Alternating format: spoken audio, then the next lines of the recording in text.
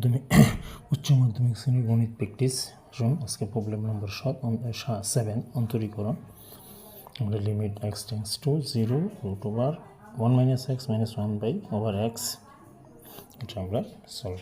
Limit x tends to 0, যেহেতু এটা একটা রুটযুক্ত, তাকে আমরা -1 আছে, তাহলে +1 দিয়া লব এবং হরকে গুণ করব। +1 x root over 1 x plus 1 লব হরকে +1 দিয়ে গুণ করলে আমরা লক্ষ্য করব এই রুটটা আর এই মাইনাস এই প্লাস মিলে a স্কোয়ার মাইনাস বি স্কোয়ারের সূত্র ধরবে। আমরা লিখব root over 1 minus x whole square minus 1 square, আর নিচে যা আছে তা নিচে যেভাবে আছে।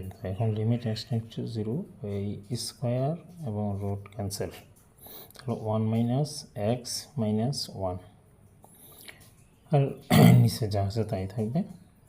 এখন এই -1 প্লাস 1 ক্যান্সেল থাকবে, ক্যান্সেল হয়ে যাওয়ার পর থাকবে minus x root over 1 minus x plus 1। এখন উপরে এক্স নিচের এক্স কাটা যাবে, -1 থাকবে।